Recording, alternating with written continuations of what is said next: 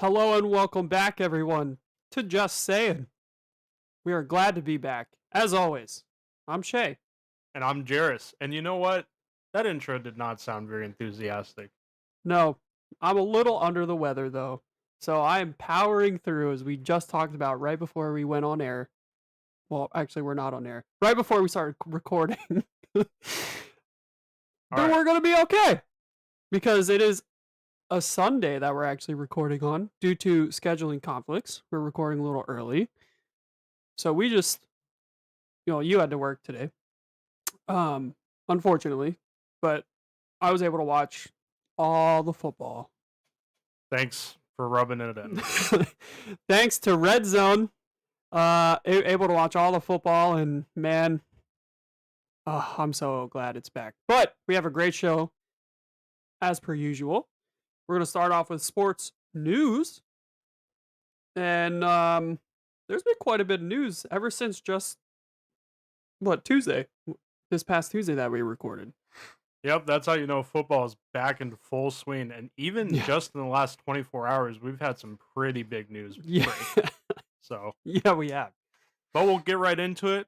But first, we want to start out with one of those positive, heartwarming things. We talked last week about Johnny Gaudreau and Matthew Gaudreau's unfortunate passing. So, we want to throw some light on that. Calgary Flames organization, as well as the Columbus Blue Jackets, held a candlelight vigil for Johnny and Matthew, and just saw a huge turnout. If you did not see the images on Facebook or social media, wow, just what a showing. Yeah, it's pretty Just incredible. pretty awesome to see all the fans, not even just of those respective teams, but just across sports and the NHL as a whole, really show their support. It was really cool to see. Yeah, I do really hope the NHL this year does like a league wide commemorative patch, maybe Mm, a number 13 yeah, to commemorate Johnny. Um, But yeah, just great. I mean, even if you're not a Columbus Blue Jackets fan, like if you hate the team, it's really hard not to root for him this season, especially with what's happened. yeah, So absolutely. I believe the entire hockey world is in the corner of the Columbus organization right now. Yeah, I agree with you there. Unfortunately, though, time marches on. The season still has to continue. So I can't imagine how the players still feel right now. I mean, training camp is about 2 weeks away, Mm, and this is still going to be very fresh. So, I really hope that it's not a huge distraction. Obviously, that's a lot to ask yeah, with something like this, but I really do hope Columbus rallies and they have a better record than expected. yeah, I hope so too. All right, moving on. Jamal Murray of the Denver Nuggets signs a maximum extension worth $208 million for 4 years. That's right. The core with him and Jokic are going to be in Denver for a long time.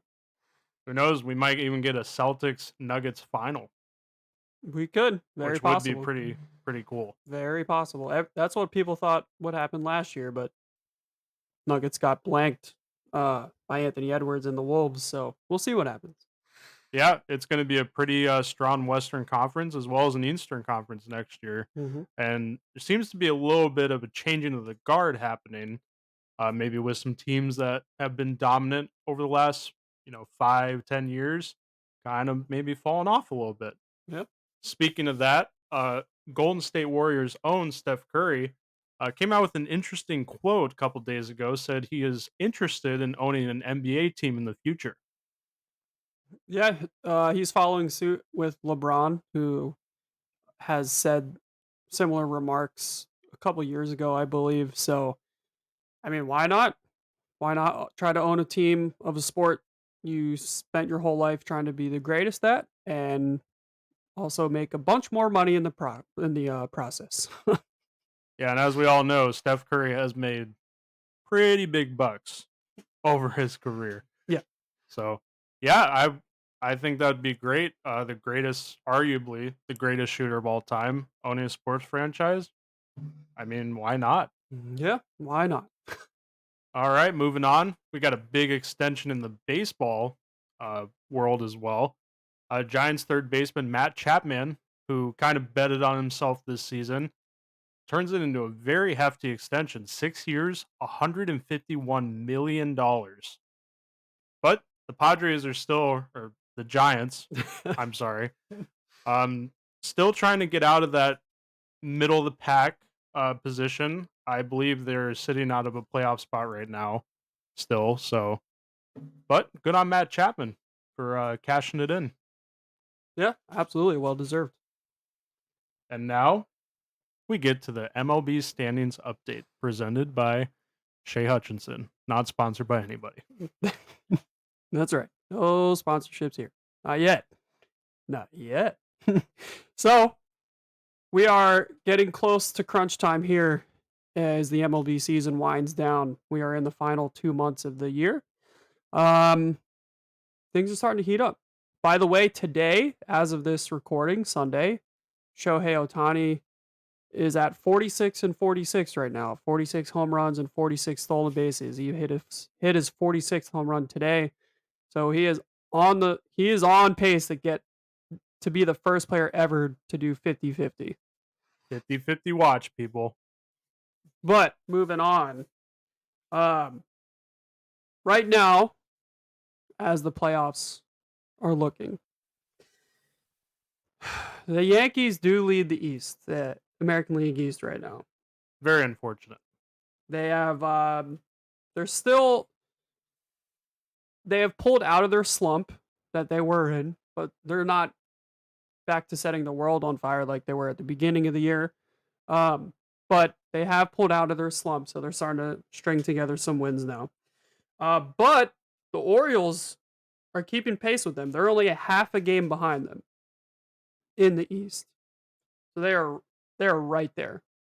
Um, in the Central, the Guardians still hold the top spot, but Kansas City is only 3 games behind them, with Minnesota 5.5 behind them, and the White Sox are still dead last in the league. They did beat the Red Sox today. Ha ha ha ha. Yeah, but they're 33 and 111. 49 games behind. Oh, that's easy. Easy. Even though there's that's double as many games as there are left in the regular season. Yeah, still on a historic losing pace. Sorry, White Sox fans. In the American League West, Houston has pulled out a lead now over Seattle since the last time we talked about the standings. Seattle's behind by 5, and the Rangers have actually caught up a bit to the Seattle. They're 8 games behind Houston, 3 behind Seattle. In the National League East, the Phillies still hold on to that first spot at 85 and 58. The Mets and Braves are both tied behind them, 7 games back. So to see the end coming down to the wire now, the end of the season between the Mets and the Braves is going to be a really fun fight to see. In the Central, the Brewers still hold that first spot with the Cubbies 9 games behind, and St. Louis only 10 games behind that. So The Cubbies. it's a little close there. And then out west, the Dodgers still very much in first place, even though no one really seems to be talking about them, which blows my mind. But maybe it's East Coast bias because they're all the way on the West Coast. But the Padres have now taken that second spot, and the Diamondbacks are third, 6.5 behind. The Padres are 5. So with that being said, what does the wild card look like? Well, Baltimore does have that first wild card spot in the American League, followed by Kansas City. Minnesota has the third and final. Seattle's 3.5 behind that.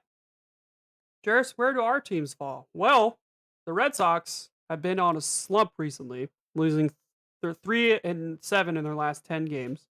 Ooh. We are now 4 games behind the last wild card spot in the American League. The Rays, well, they're 5-5 in their last 10. Still right in the middle. Still flirting around 500, just like the Red Sox. The Rays are 5 games behind the wild card.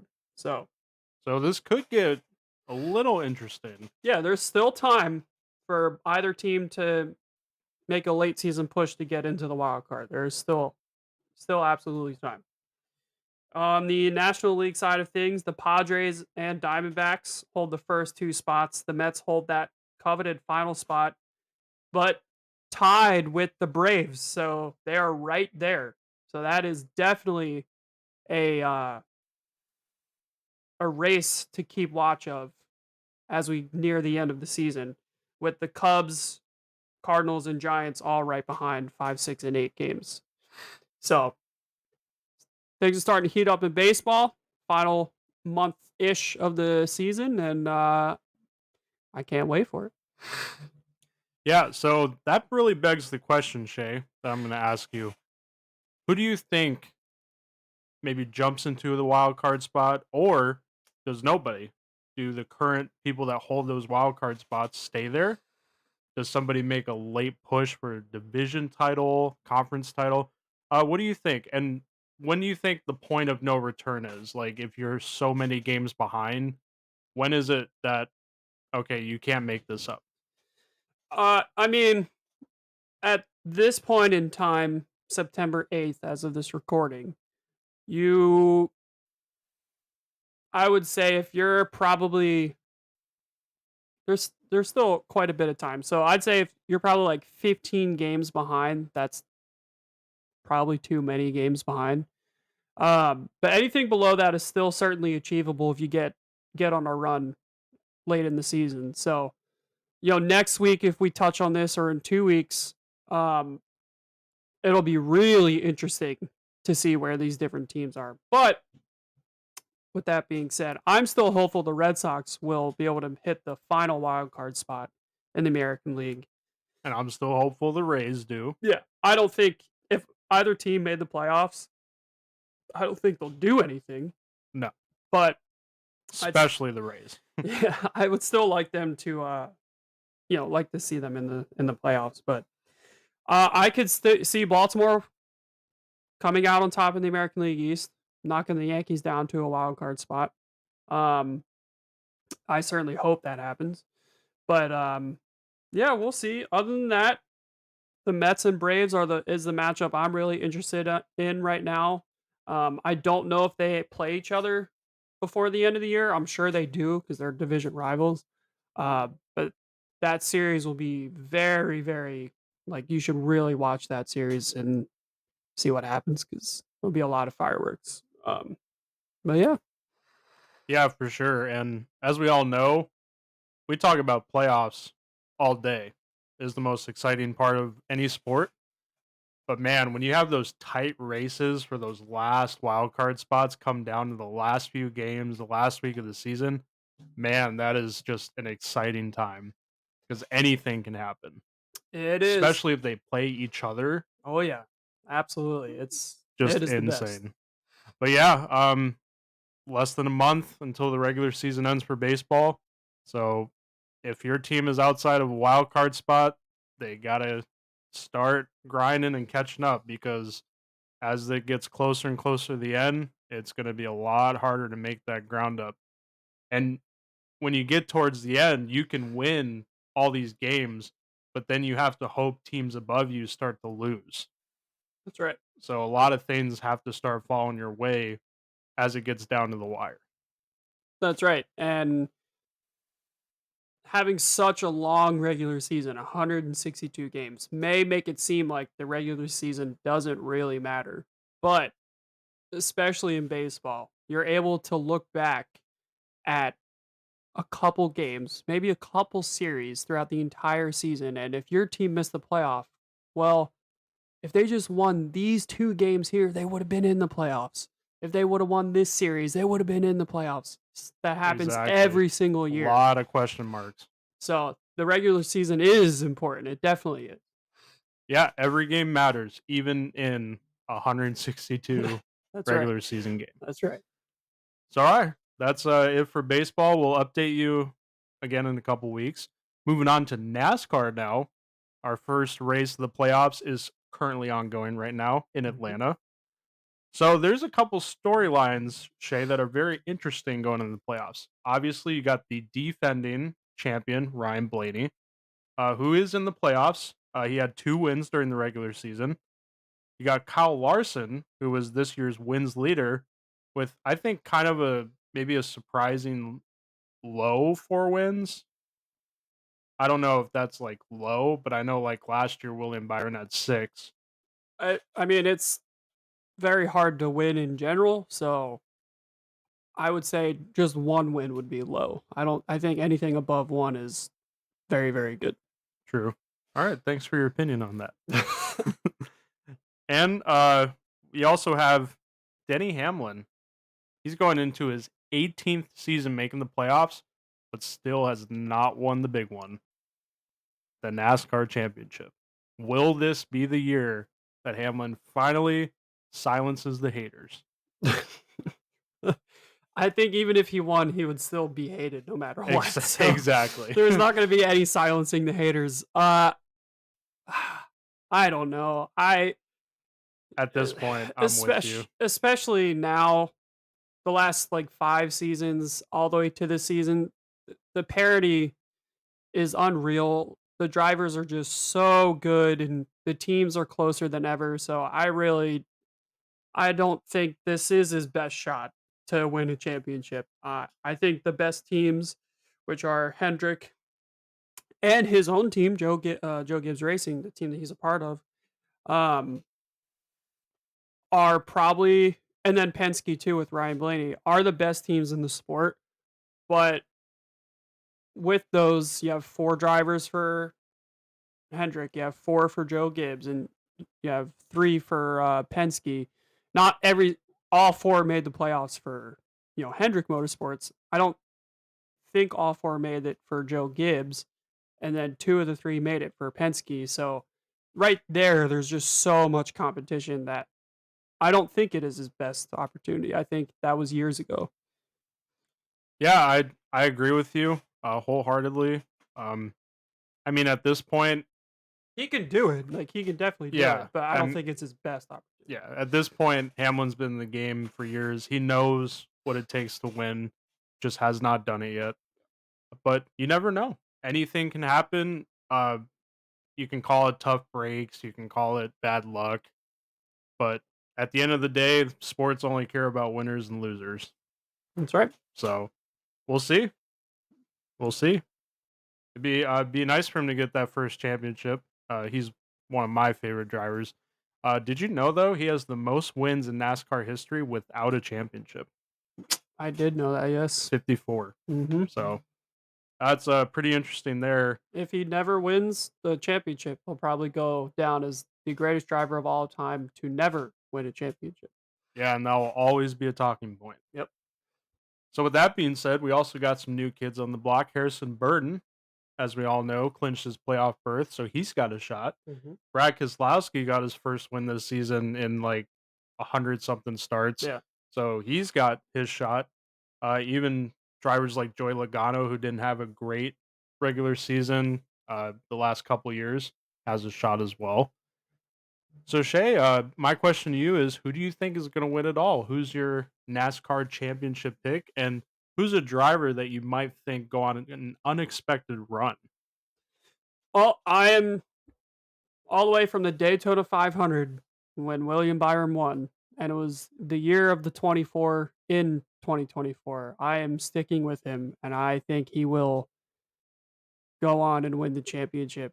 He had a fantastic start to the year, then has kind of lulled right in the middle of it, had a few bad races, but the team has gotten consistently back to where they were at the end of the regular season. And now come playoff time, that's what's important. Get back to where you were. So I think he's going to be able to go on and win the championship this year. As far as my dark horse goes for who could make a run to at least get to the final four, if not win the championship as well, I'm going to pick Brad Keselowski. He is a former champion, of course, but it's been so long since he won, as you just alluded to, and I think he's had a great year with the like not even including the win. So I would not be surprised to see him make it to at least the final four. All right. Well, with that being said, my pick is going to be the wins leader for this season, Kyle Larson. Just been very consistent this year, has had a great car all year, a really good crew. So I think he has a shot. He was in the Final Four last year Mhm. as well. So I'll pick As was Byron. Yeah. exactly. So I'll pick him to win the championship. I think he's got a good shot. Listen, if it's a Hendrick Motorsports Final Four, I don't care who wins. I'll be so happy. Yeah, yeah, exactly. And I'm gonna have to agree with you on the dark horse pick on Brad Keselowski. I think you know him getting a shot, he's really gonna want to take advantage of that. He's gonna be very motivated. So yeah, I think he could definitely make a run into the Final Four. So yeah, we'll see what happens. Yeah. I can't wait to see. The race could be over at the time we're done recording. So I can't wait to see who wins and moves on to the next round. That's right, and we will let you know next week That's right. as the episode usually goes. Yeah. So we've gone back and forth on this a few times. First, it was Justin Fields starting, then Russell Wilson was going to start, but now Justin Fields did start for the Steelers for this week due to Wilson still dealing with his calf injury. That game has concluded. Spoiler alert: the Steelers did win, but not so much with their offense. Yeah. They didn't. They won, but not because of Justin Fields. So, yeah, we're sorry that we keep lying to you. Yeah. Just that's what you get with two amateur podcasters right here. That's right. Um, so up next, Tyreek Hill was detained by police outside of Hard Rock Stadium in Miami for a traffic violation, but did still play. That's right. So pretty weird interaction there Yeah. when I read that. His agent came on uh NFL Live this morning before the game and basically said he was pulled over a block away from the stadium in his sports car for speeding. And there are videos online of the police handcuffing him and him being pressed into the ground like they're on his back handcuffing him. So definitely a wild scene. Um Apparently some of his teammates did come up, like drive up and offered to help. Everything is okay. Tyreek and his teammates were still able to play, and Tyreek had an 80-yard touchdown that we'll get to in a second about the against the Jaguars. I did see a funny meme though that I forgot to show you. It was a picture of Trevor Lawrence in a police uniform, and it said the guy that pulled over and detained Tyreek Hill before the game today. It was pretty funny. Oh no. I did laugh pretty hard. It was pretty funny. Yeah. Well, spoiler alert. Trevor Lawrence and the Jags did not win Yeah. against Miami, Yeah. but we will get to that. So, another piece of very interesting breaking news. Hours before the Cowboys took on the Browns, Dallas and Dak finally agreed on a new record-setting contract. 4 years, $240 million. Congratulations, Cowboys. You now get to ruin Dak's career.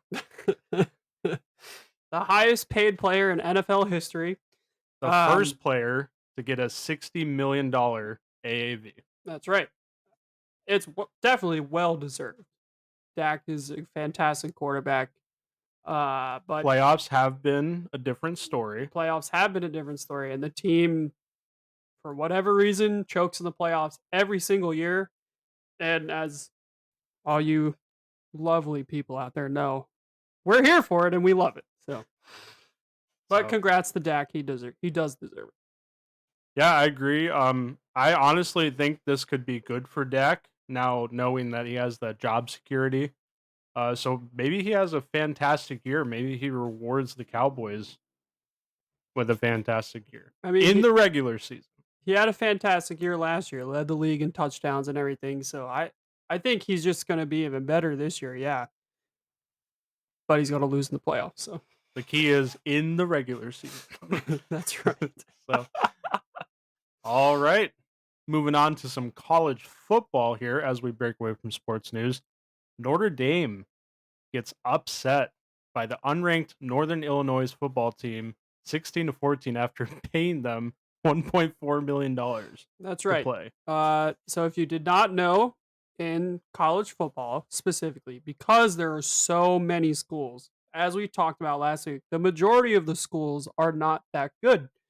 So the good teams will pay the bad teams to play them in an effort to help the bad teams get money and earn money. It's like, I don't want to say charitable, but it kind of is. Like, you get exposure for the bad team, they get to play on national TV, and they get a lot of money for their program.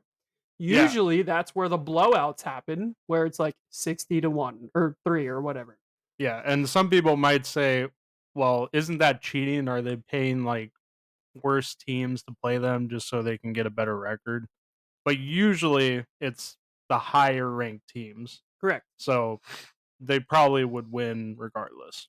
Correct.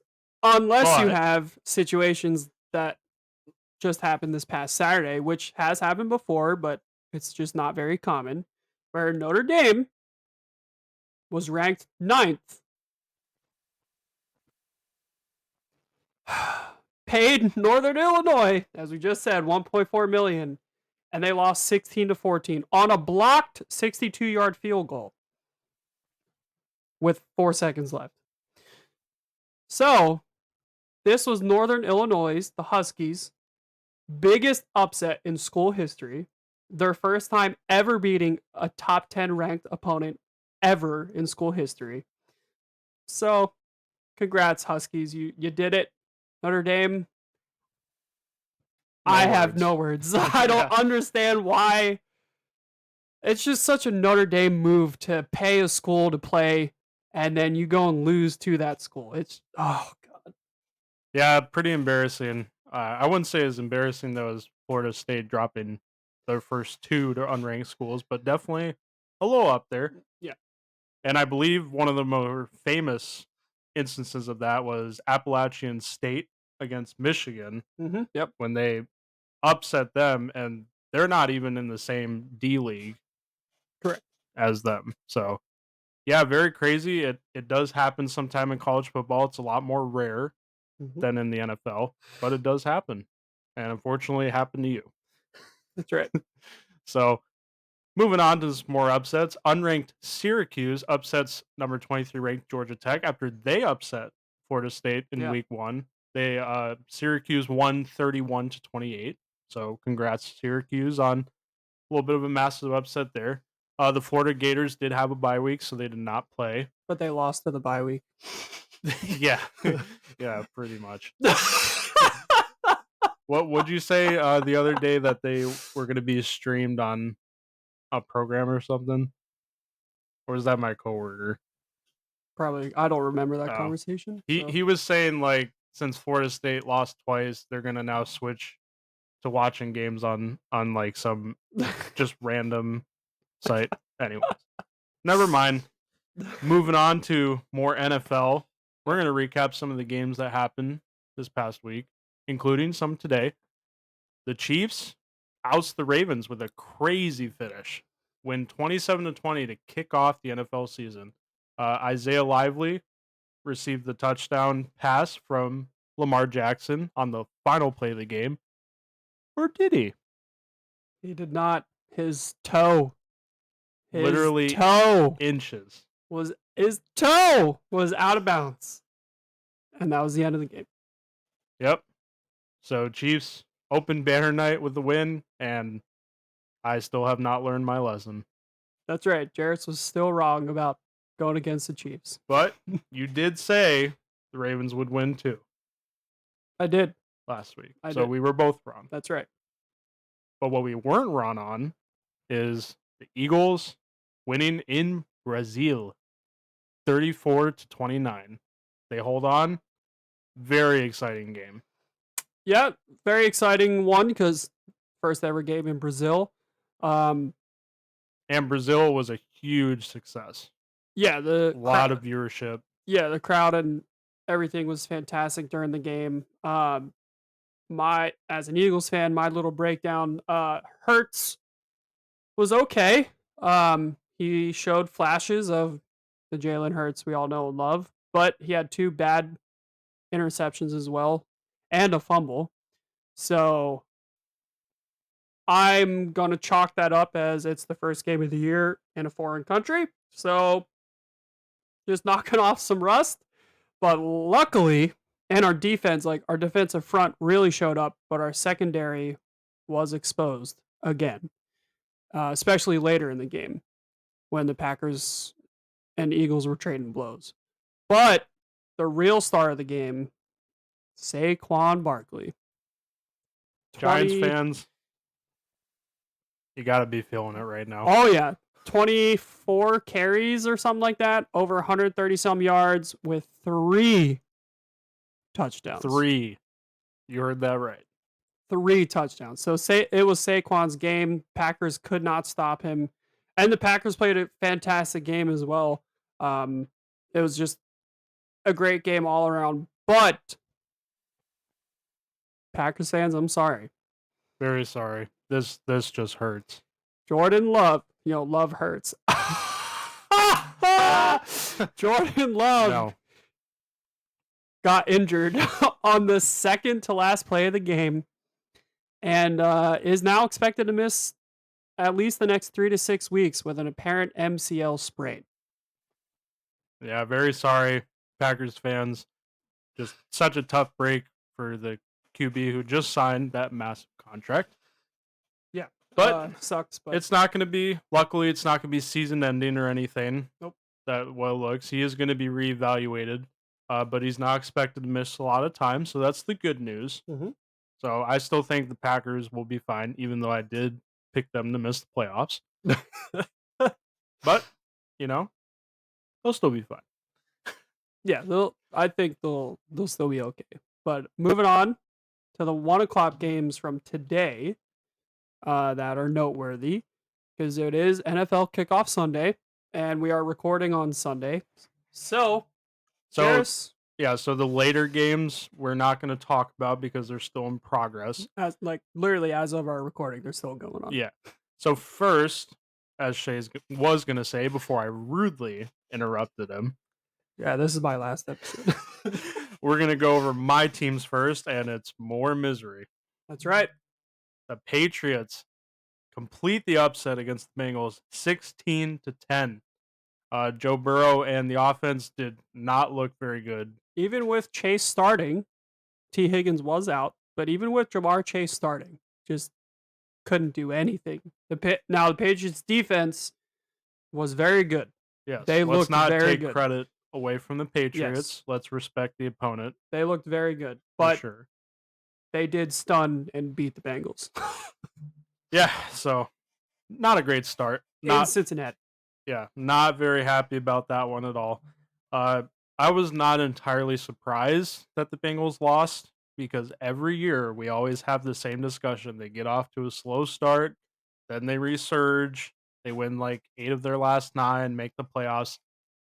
I'm just going to say right now, this is not a winning formula. If you think you can get off to a slow start every single season and come back from behind, it is not a good formula. It's going to catch up. Yeah, it did last year. I mean, Burrow got hurt, so they still missed the playoffs, but they only finished 9-8. And I could even do a YouTube video on that at some point, if time allots, looking at teams that historically that get off to a bad start, looking at how many miss the playoffs, how many make the playoffs. But generally, the teams that get off to a slow start do not end up making the playoffs. Yeah. Now this is week 1, so It's the first game. it sucks, but it's still okay. If they lose next week, then I would start to get worried. Yeah. I'd say at a minimum, and I would still be kind of, lackluster. We need to go 2-2 in our first 4 games. I would say. Yeah, I agree. 3-1 would be better, but 2-2 would be okay.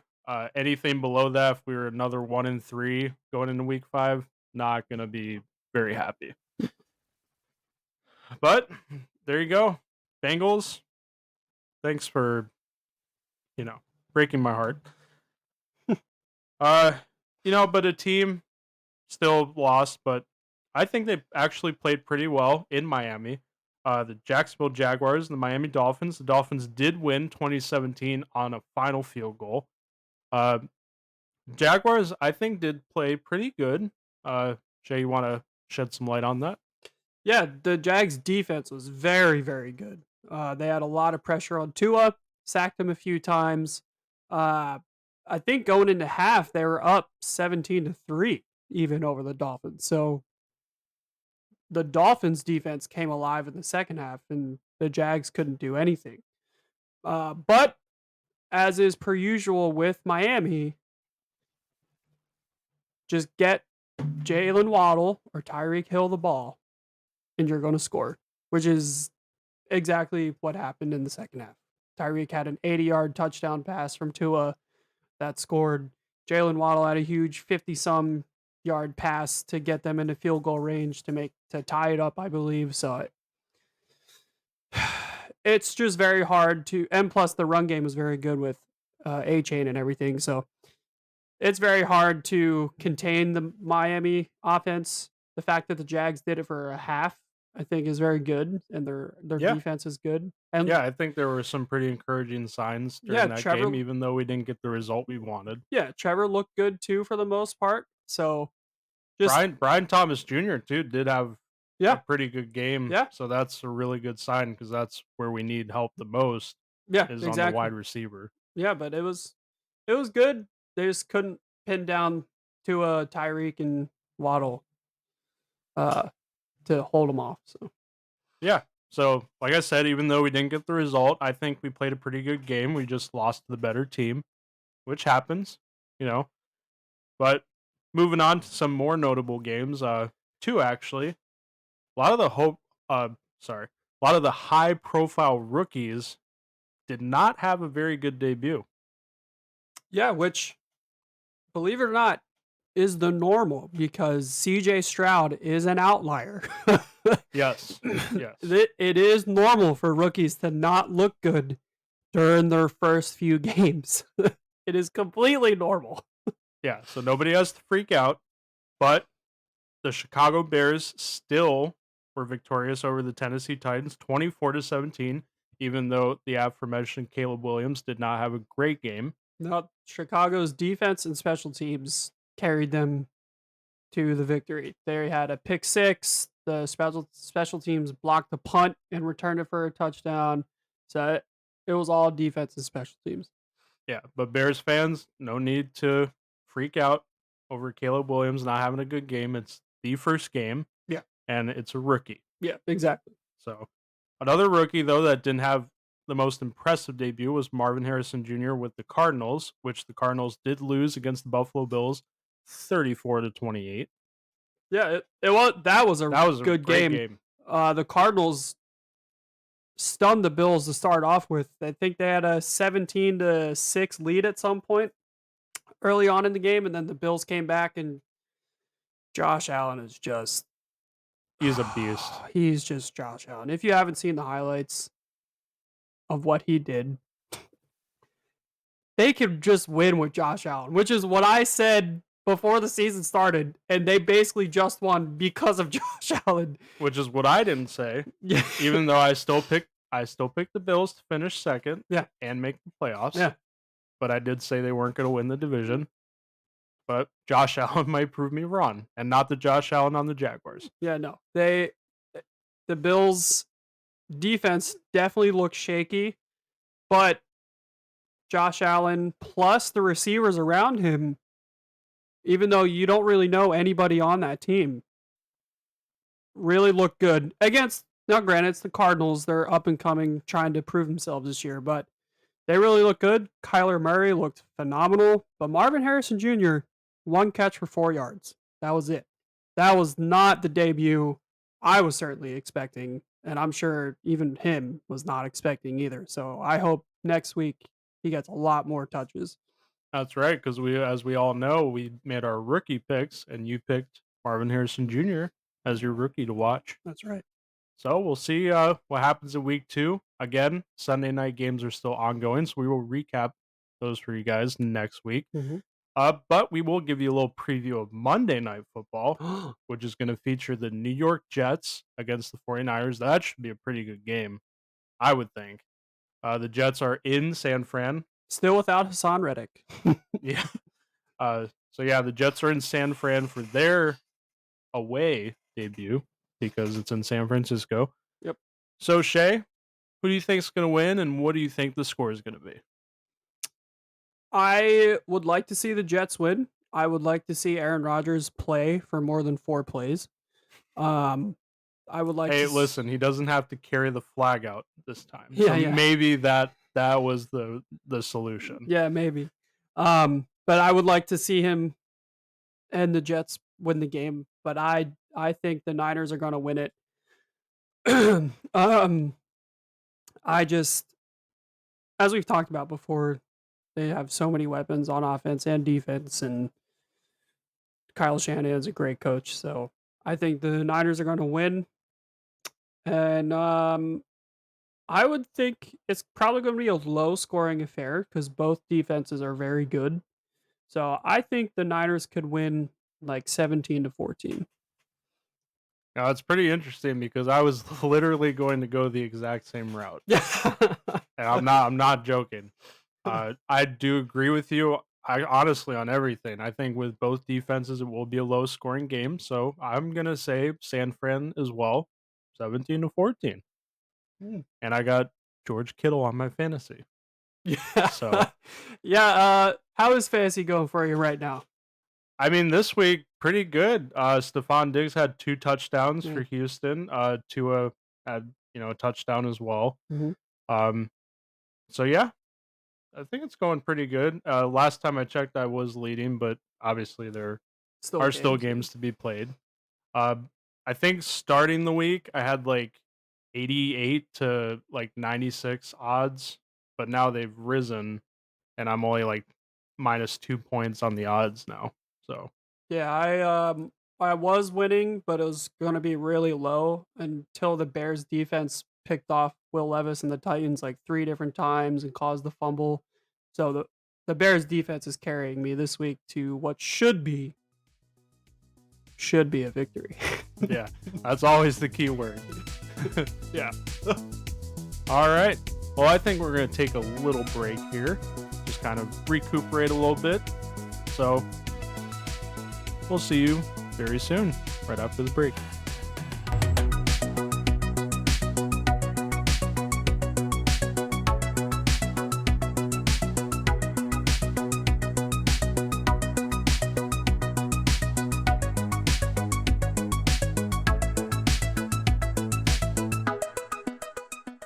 Welcome back, everyone, after that very short break. Thank you guys for sticking around and listening to our show. We really do appreciate it here at Just Saying. Happy to be here. That, Thank you for listening. Again, that did not sound very enthusiastic, and I need you to start being more enthusiastic and showing our fans that you actually appreciate them listening to our show. Huh. I do appreciate it. I'm just kidding, Shay. We all know that you appreciate it from in here. But my throat hurts very bad. Anyway, we all like to have fun here, even though we're not very good podcasters. Moving on. You said it. I did, and I don't regret it. But that's why we're doing this, to get better. We get better every episode. That's right. Unless one of us is sick. All right, moving on to some Marvel, because we're kind of done with the sports. Not done like we now. don't want to watch sports. Done like we No, the Bengals lost against the projected worst team in the league this season. Yeah, I'm done. I'm just kidding. But we're just done talking about sports for this episode. Yes, we have talked everything we wanted to, and now we're going to move on to some Marvel. Because it's been a minute. That's right. And we like to talk Marvel here, Just Saying. We're not just a sports podcast, or we'd be called Just Sports. Which probably is not a very good name. Well, But so getting into Marvel, first, this is kind of late because this trailer came out a while ago, about a month or over a month ago. But we're going to kind of break down the trailer for the Captain America movie, Brave New World, coming out February of next year. So, Shay, what did you think of the trailer? What things did you find interesting? What do you think they're going to do during the movie? How do you think the storyline's going to play out? Give us your little take. Yeah. First and foremost, Harrison Ford's in the movie. What? Um, of course, replacing the actor who unfortunately passed away playing Thunderbolt Ross. And it's a very funny and subtle joke in the trailer about of Wilson. I'm getting used to the new look, and Thunderbolt Ross is like, Oh, yeah, they told me shave the mustache or you can't be president or whatever. But okay. it's a funny, I didn't think about that. yeah, it's a funny wink at Harrison Ford replacing the actor who passed away. Unfortunately, very unfortunately. Um, but with that being said, I like the trailer. I am excited for the movie. It seems very grounded, compared to Marvel as of late. Um, I From the trailer, I think Wilson's relationship with Thunderbolt Ross, or presumably President Ross, is going to be very interesting, especially when Ross wants to make him an official military position, like they wanted to early on in probably what phase 1 or phase 2, something like that. So for them, that idea to be brought back up, especially after everything that happened, especially after Wilson and Ross not agreeing to a lot of things like the Sarkovia Accords, um, I think it's going to be very interesting to see how that plays out. The actor that played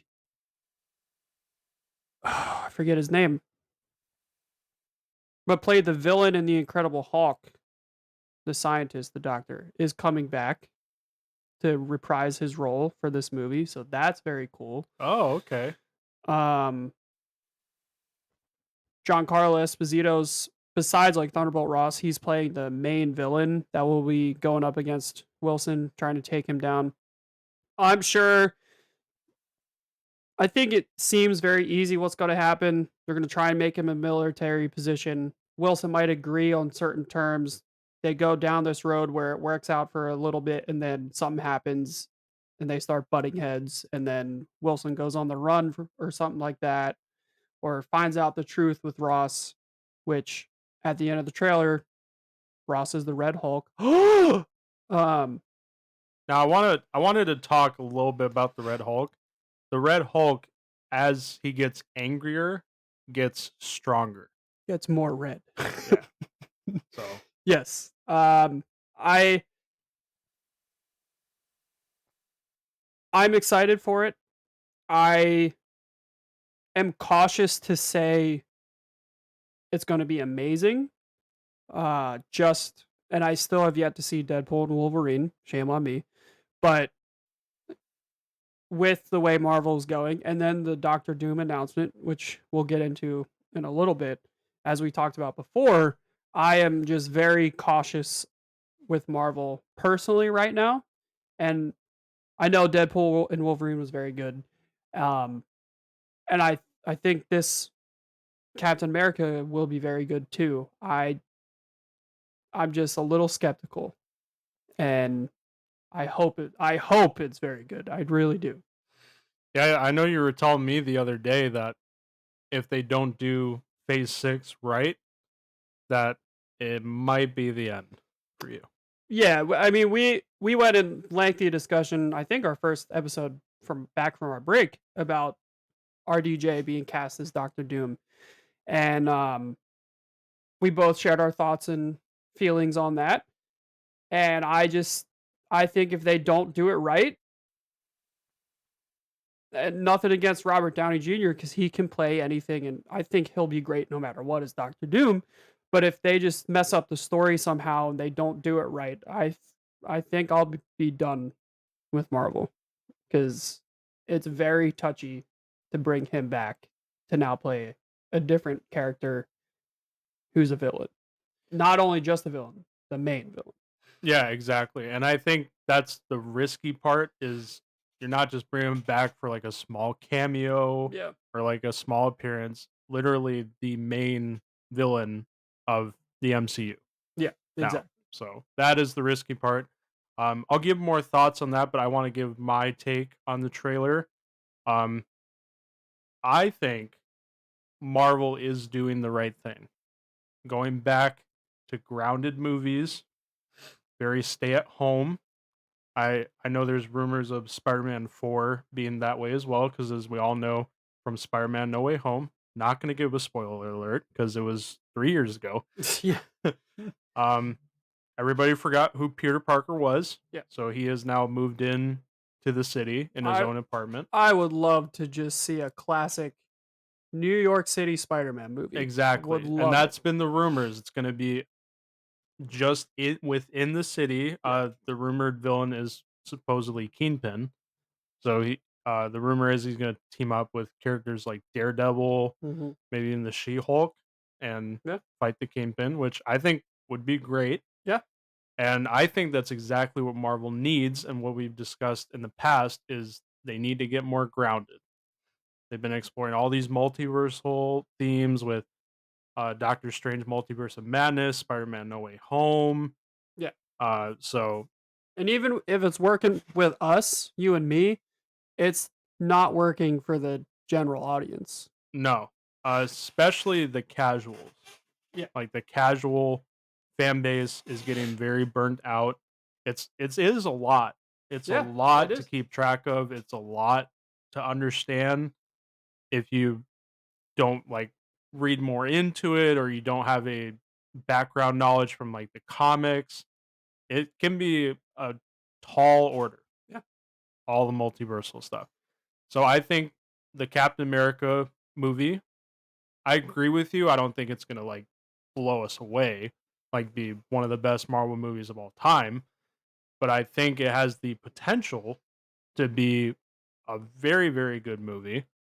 Um, I'm not really on board with the whole like, oh, but it's not Chris Evans playing Captain America, so it's gonna be trash.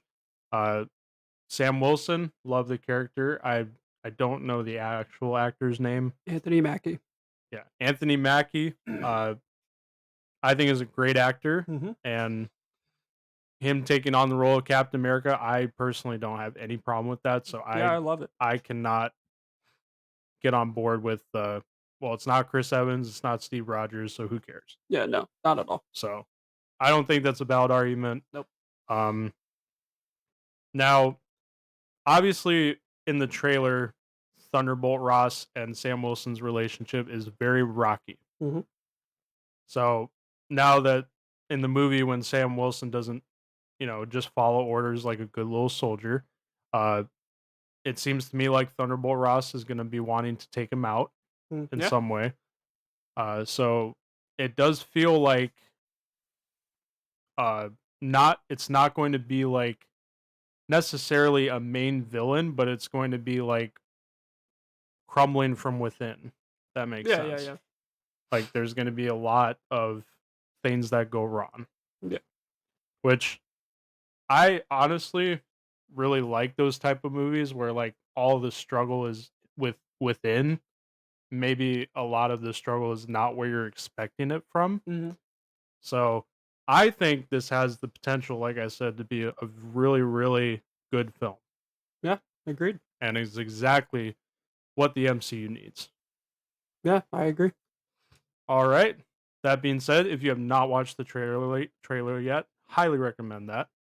But moving on, we're going to talk a little bit about Doctor Doom himself. Not just MCU Doctor Doom. We're going to learn about the character. So, Victor Von Doom. What does this mean for the fate of the Avengers and the multiverse? Well, let's look at his powers real quick, Jares. His powers are deal with magic, time travel, telekinesis, reality warping, psychic abilities, superior intelligence, etc.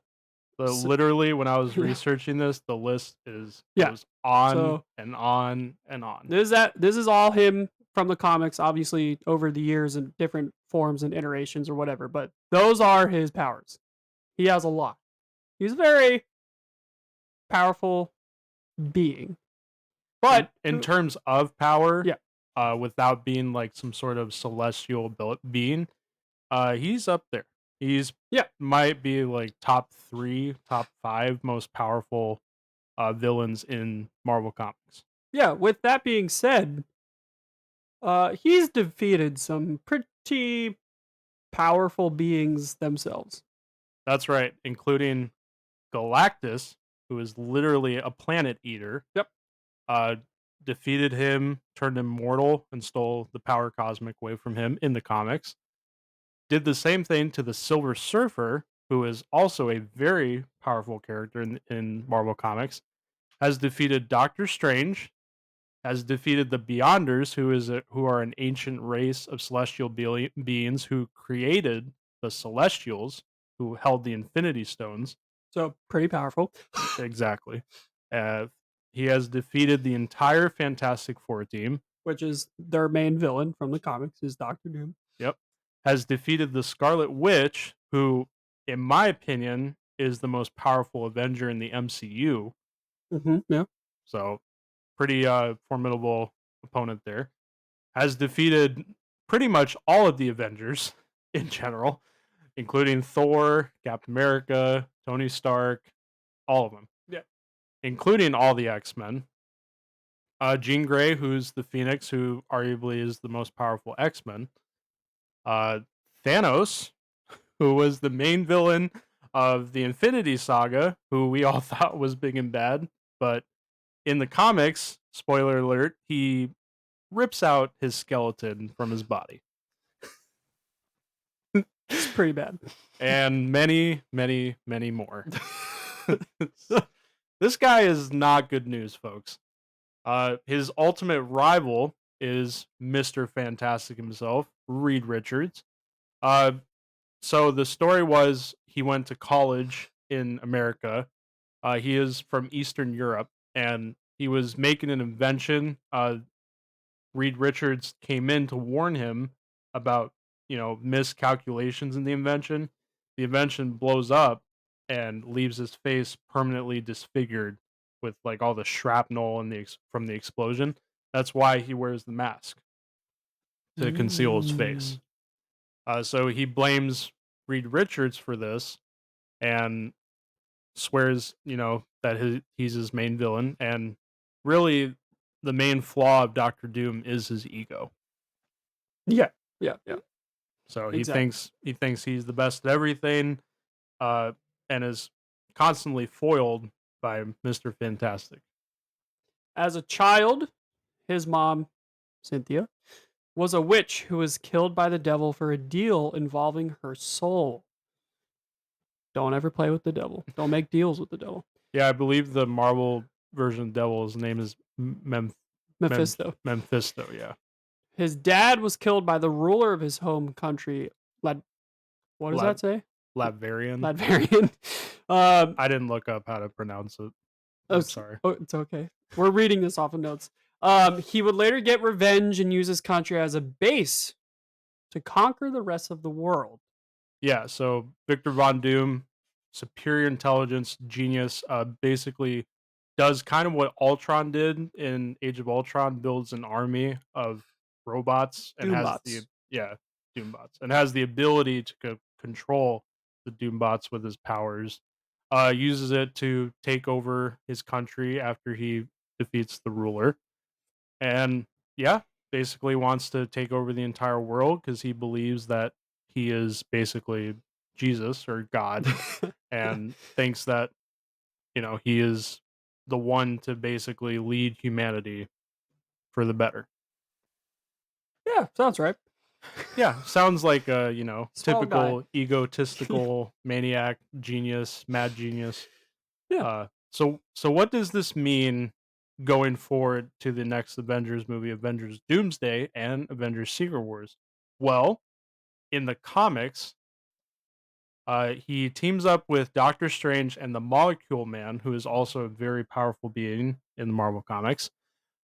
The Beyonders, who are the ancient race we mentioned before. Um, they're basically wanting to destroy the multiverse and kind of rebuild it. So they're trying to stop that. They defeat the Beyonders and take their powers for themselves. And as the multiverse is collapsing, they, I believe, Doctor Strange sacrifices himself in some way. Uh, or no, he kills Molecule Man and takes his power, and Doctor Doom uses that power to create what's known as Battle World. And what Battle World is it's an Earth like planet, but it's pieces of it pulled from all different realities. So all these destroyed realities, he warps in, forms Battle World after the multiverse collapses from incursions, and this sets up Secret Wars. Sounds like a pretty bad dude. Yeah.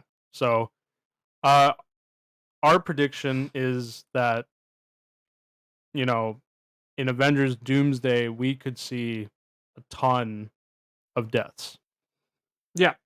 Yeah. a ton of deaths, or maybe not a ton, but pretty major. Like one of my predictions is because of in the comics it happens. I do believe that he kills Doctor Strange Right. in Avengers Doomsday and takes the not the time stone, but because he doesn't have the time stone, but Something along those lines. yeah, it takes like his sorcery, Yeah. like Yeah. his Yeah. sorcerer supreme power or something like that. Yeah. Um, Just like we thought with Kang, who again they have to answer how Kang is not going to matter anymore. Just like we thought with Kang, who's like, oh my god, this guy is so much worse than Thanos. Which, I mean, he was. He, in all reality, destroying realities, he was. now think of it like this: Thanos was a Titan whose very powerful race, derived from the Celestials, Mhm. the bad version of the Celestials. Mhm. Um, but he needed the Infinity Stones to conjure up that kind of power. He's obviously very powerful, like strong. He's an expert in combat, Yeah. expert strategist, but he needed the Infinity Stones to do all that. Yeah. Doctor Doom does not need the Infinity Stones No. to conjure all these powers. Exactly. So he's very scary. Marvel fans, MCU fans have been waiting for a long time to get Doctor Doom, and now that he's gonna be here, it's just not in the way, as we've already talked about, that everyone thought it would be with Robert Downey Jr. coming to play him. So it'll be very interesting to see how they introduce him and what happens with him as a whole. Now, one more question I have for you, Shay. In the comics, Doctor Doom never takes off his mask. Do we see that Oh yeah, in Avengers Doomsday? 100%. Or do we finally get the reveal that we wanted in Secret Wars or Secret Invasion Secret Invasion. and takes off his mask in front of Rhodey and the Avengers, and Rhodey's like, Tony, is that you?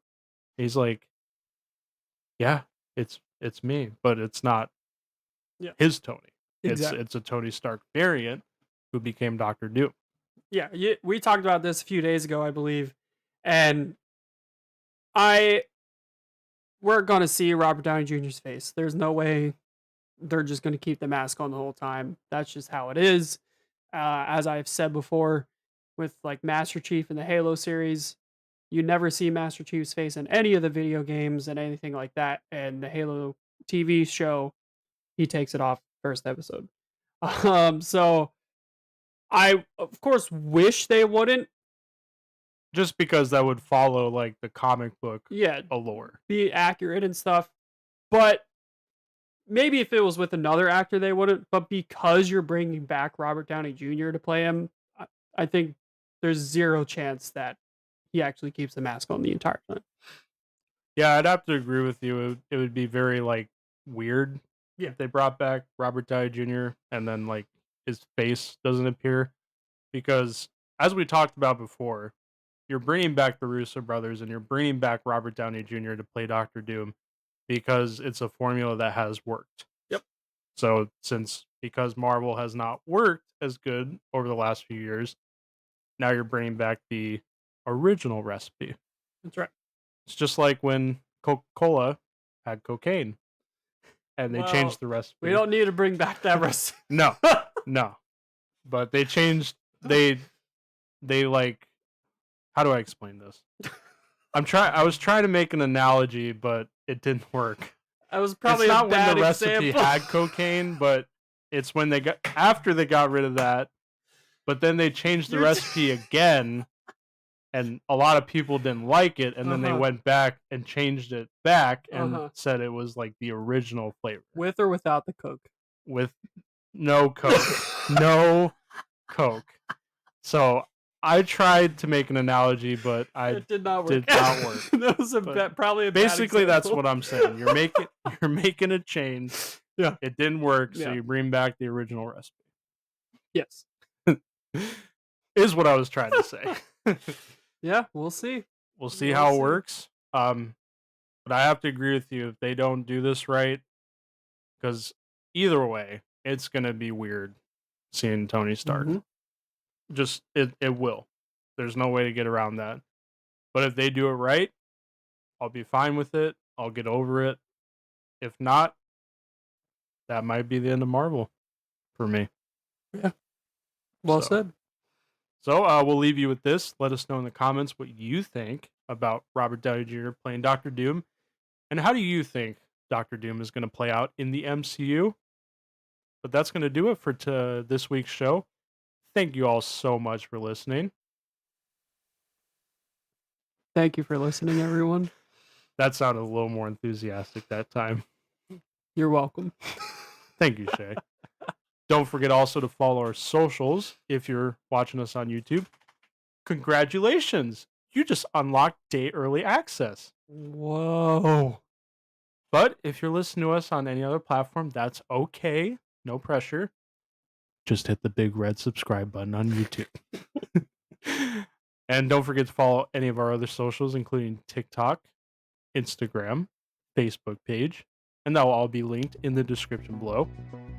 But yeah, thank you all so much for listening again. We appreciate it. It means a lot.